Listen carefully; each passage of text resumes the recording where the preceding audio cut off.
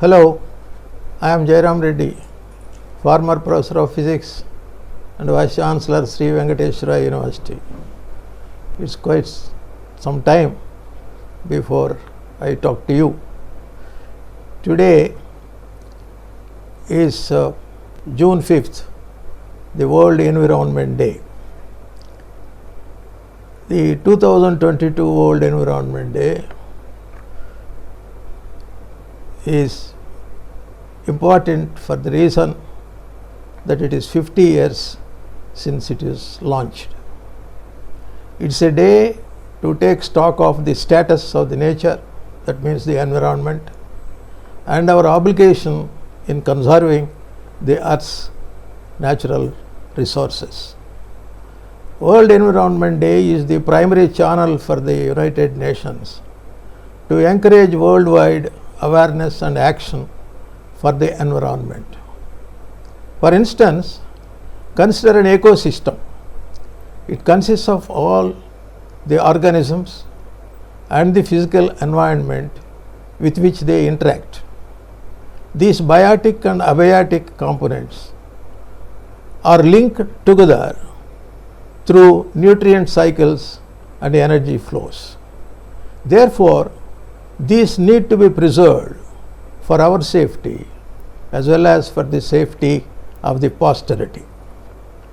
Held annually since 1974, the Environment Day has settled as a platform to raise awareness on the evils facing our environment, such as air pollution, plastic pollution, biodiversity loss, wildlife safety, sustainable consumption, food security, threat to the coastal regions, among others, and also for promoting progress on the environmental scope of the Sustainable Development Goals. These are 17 goals which the United Nations or UNEP in other words have launched, and there is a subject by itself. In addition, the Environment Day helps in framing environmental policy at the national and international levels. Under the auspice of UNEP, United Nations Environmental Program, more than 150 countries with millions of people participating celebrate Environment Day each year. Major corporations, NGOs, communities, governments globally adopt the Environment Day trademark to support environmental issues. The year 2022 is rather special, as I mentioned, because it marks 50 years since the first 1972 Stockholm Conference on the Human Environment was held. This 1972 Stockholm Conference led to the creation of UNEP, United Nations Environment Program, and designating 5th January every year as the World Environment Day. This year's Environment Day, hosted by the Swedish government in association with UNEP, is held under the theme Only One Earth, highlighting the absolute necessity to live sustainably in harmony with nature. So the theme is Only One Earth. Okay? To realize this objective, transformative changes need to be brought in through policies as well as through our chosen cleaner and greener lifestyles. Only One Earth was the motto for the 1972 Stockholm Conference also. And even after half a century, that is 50 years, the motto appears to be very appropriate. This planet is our only home. Remember, this planet is our only home and we must protect the planet's finite resources. I mean, the human beings need to be being human. The 2021 UNEP report, Making Peace with Nature. This report stresses that transforming social and economic systems means improving our relationship with nature, understanding its value and making that value the core of the decision making. Engineer Anderson, Executive Director of UNEP, remarked, in 2022, means this year, we hope to see a world turning the corner on the worst of the COVID-19 pandemic. But we do so with the knowledge that we continue to face the main three crises, namely climate change, nature loss, and pollution. Living in harmony with nature is also referred to as sustainable human development. Sustainable human development. One of the most important aspects of reshaping human development is to emphasize the need for fairness to nature and other living beings. Jan van Wang, Professor of Ecology and the Executive Vice President at the University of the Chinese Academy of Sciences, observes, we cannot be developed unless our lives become reconnected and in balance, in cooperation and harmony with nature. A good balance between indigenous knowledge and modern science and technology can take us a long way towards this new vision of sustainable human development. In the human-centered development, which we have been following for decades, many essential non-renewable sources like fossil fuels are being unjustly exploited. And two, limitless human activity has caused increasing air, water, and soil pollution, which significantly threaten the health and safety of human beings and ecosystems.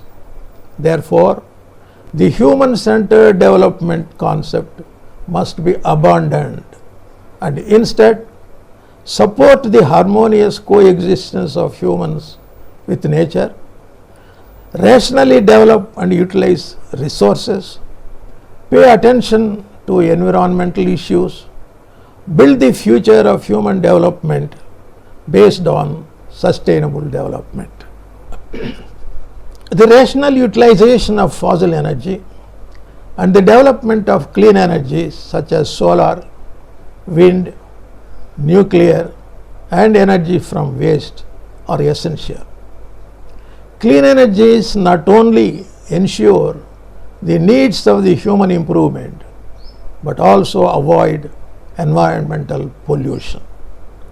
It should be recognized that human beings and nature are interdependent and interrelated components of the earth system. Interdependent and interrelated components of the earth system with some resilience when disturbances is at low levels. Indigenous knowledge has a good understanding of the laws of nature. Yet, this is not enough in a more quickly changing world with large disturbances. Science and technology has greatly improved social productivity and liberated the labor force. Consider, for example, the agriculture sector. Research can provide better seeds for planting. Mechanized agriculture can reduce the burden on farmers. And see, the diversity of agricultural products can increase the farmer's income. Progress in science and technology has improved the efficiency of human labor, and the time that is saved can create additional value, boosting the income. Progress in science and technology can also effectively track climate change and predict natural disasters, helping people to confront these challenges. All these advancements have greatly improved the social resilience. But such progress also brings problems in terms of contributing to global warming, climate extremes, and pollution, bringing more uncertainties in the natural laws. Therefore, human development in the future should consider the effects of human activities on the natural laws. The human development in the future should consider the effects of human activities on the laws of nature. Professor Wang says, we must admit that we will never be able to live independently from the other elements of nature, such as plants, animals, and even microorganisms. So, the indigenous knowledge, along with modern science and technology, is the way forward. Now look at how the education helps. Education, I mean the environmental education. Education as well as science and technology is the foundation of human development. This is reflected in two aspects. One, to increase the social productivity from the perspective of production, and two, to promote the concept of sustainable development through environmental education. Complementing indigenous knowledge with modern science and technology will hugely improve local livelihoods while keeping them in stability with the local environment. Education can help people use natural resources more efficiently. For example, the herdsmen in Inner Mongolia, you know where Mongolia is, have received knowledge through education on how to delay the grazing period to make their grass grow better, which enabled them to have more efficient and healthier grasslands and more income from the livestock. They have been able to learn from the experience of their elders and local and regional research groups. So here is both the indigenous knowledge and modern science and technology are involved. They learn from the experience of the elders. So that is the indigenous knowledge, and also from the local and regional research groups. Education is also the pathway for rapid and effective dissemination of science and technology. Through education, the innovation of science and technology can be realized, developed and strengthened, and eventually promote human development at no cost to the environment. Environmental education may provide knowledge and skills, improve human awareness and participation in environmental protection, and thus help achieve the sustainable development. But more important is the education of society. We need to make efforts to enhance the environmental education of policy makers and members of the governments at national and international levels. So, universal environment education enables more and more individuals to regard these different elements as an interconnected system and contribute to sustainable human development. That is, human beings living in harmony with the nature. In summary, planet Earth is only one and our only home. Remember that. Planet Earth is only one and our only home, and living in coherence with other life on the planet is an essential thing, signifying human development should benefit all, irrespective of race, gender, or social level. Before closing, let me say that what this year's host country, Sweden, has achieved since 1972. Swedish Minister for Environment and Climate, Per Bolund, mentions, since the Stockholm Conference in 1972, Sweden has made significant progress and best ever investments towards environmental protection that includes a long-term climate goal of achieving zero emissions by 2045 and negative emissions thereafter. Therefore, Sweden's role as host of 2022 World Environment Day is a reflection of both an historical commitment and leadership and a high level of ambition for the future. My best wishes to all of you for a fruitful World Environment Day. Thank you.